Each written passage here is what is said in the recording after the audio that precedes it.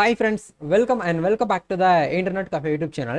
இன்னைக்கு நம்ம இந்த வீடியோல எதை பத்தி பார்க்க போறோம் அப்படினா GST நீங்க ரெஜிஸ்டர் பண்ணி முடிச்சதுக்கு அப்புறம் நெக்ஸ்ட் டே வந்து என்ன பண்ணனும் அப்படினா EKYC அப்படிங்கறத நம்ம வந்து கம்ப்ளீட் பண்ணனும்.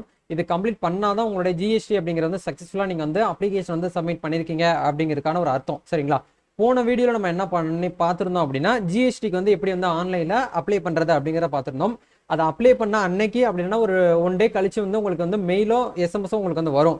அதாவது நீங்க KYC EKYC வந்து அத்தன்டிகேஷன் பண்ணுங்க அப்படின்னு சொல்லிட்டு அந்த லிங்க்ல போயிட்டு நீங்க என்ன பண்ணணும் அப்படின்னா அத்தன்டிகேஷன் வந்து பண்ணி தான் ஆகணும். அது பண்ணினா மட்டும்தான் உங்களுக்கு GST வந்து நீங்க சக்சஸ்ஃபுல்லா வந்து அப்ளை பண்ணிருக்கதா ஒரு அர்த்தம். சரிங்களா? அந்த ஒரு EKYC தான் நம்ம இந்த வீடியோல வந்து பண்ண போறோம்.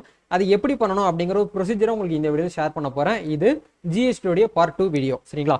வீடியோக்குள்ள போறதுக்கு முன்னாடி இப்பதான் நம்ம சேனலை நீங்க ஃபர்ஸ்ட் டைம் பாக்குறீங்க அப்படின்னா இந்த வீடியோக்கு கீழே இருக்கக்கூடிய சப்ஸ்கிரைப் பட்டனையும் பக்கத்தில் இருக்கக்கூடிய அந்த பெல் பட்டனை கிளிக் பண்ணி ஆளுங்கிறத எனேபிள் பண்ணிச்சுக்கோங்க. நம்ம சேனல்ல இருந்து போஸ்ட் பண்ணக்கூடிய ஒவ்வொரு லேட்டஸ்ட் இன்ஃபர்மேஷன் எல்லாமே உங்களுடைய மொபைல் நோட்டிஃபிகேஷன்ல கிடைக்கும். சரி வாங்க இப்போ நம்ம டைரக்டா வீடியோக்குள்ள போகலாம். ஓகே, உங்களுடைய மெயிலையும் உங்களுடைய மெசேஜ்லையும் நீங்க செக் பண்ணி பாத்தீங்கன்னா உங்களுக்கு ஒரு லிங்க் வந்திருக்கும் கண்டிப்பா. அது வந்து அன்னைக்கே வர வாய்ப்பு இருக்கு, இல்லைன்னா ஒரு 2 days சென்று வர வாய்ப்பு இருக்கு, இல்லை மறுநாள் வர வாய்ப்பு இருக்கு. அதாவது அப்ளை பண்ண நாள்ல இருந்து அந்த லிங்கை கிளிக் பண்ணீங்கன்னா உங்களுக்கு இந்த மாதிரி ஒரு விண்டோ வந்து ஓப்பன் ஆகும். டூ யுவர் EKYC அப்படின்னு சொல்லிட்டு இருக்கும். உங்களுடைய பேர் எல்லாமே மேலே வந்து கொடுத்துருப்பாங்க. அதுக்கு கீழே வந்து பார்த்தீங்கன்னா ஆதார் அத்தன்டிகேஷன் நீங்கள் என்ன பண்ணுங்க அப்படின்னா டிக் பண்ணிக்கோங்க. சரிங்களா?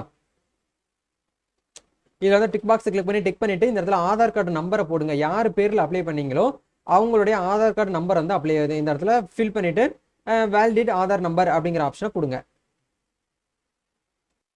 வேலிடேட் ஆதார் நம்பர் அப்படிங்கிற ஆப்ஷன் நீங்கள் கொடுத்தீங்கன்னா நீங்க ஆதார்ல லிங்க் பண்ணியிருக்கக்கூடிய மொபைல் நம்பருக்கு ஒரு OTP வரும்.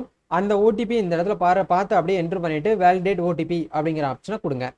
OTP வெரிஃபை பண்ணீங்கன்னா உங்களுக்கு இந்த மாதிரி ஒரு ஆப்ஷன் வந்து மேலே வந்து விண்டோவில் வரும். Aadhaar has been successful verified for EKYC authentication அப்படிங்கிறத நீங்கள் ஓகே அப்படிங்கிற ஆப்ஷனை கொடுத்துருங்க.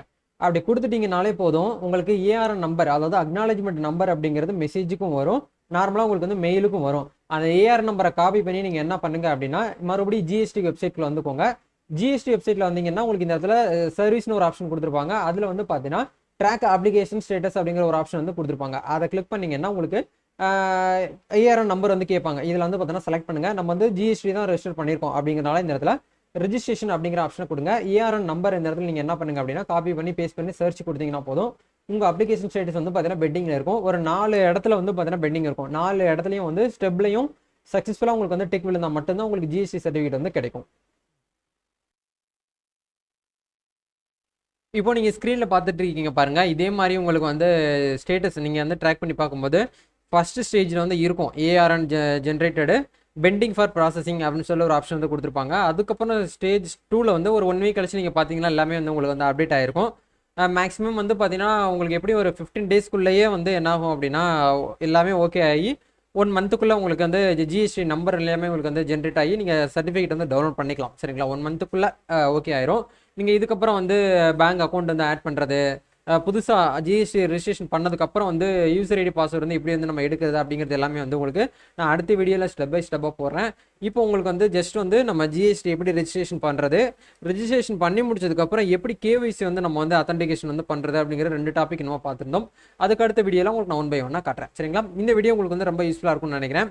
இந்த வீடியோ பிடிச்சிருக்குன்னா லைக் பண்ணுங்கள், ஷேர் பண்ணுங்கள், கமெண்ட் பண்ணுங்கள். நம்ம அனதர் வீடியோவில் மீட் பண்ணுவோம். தேங்க்யூ.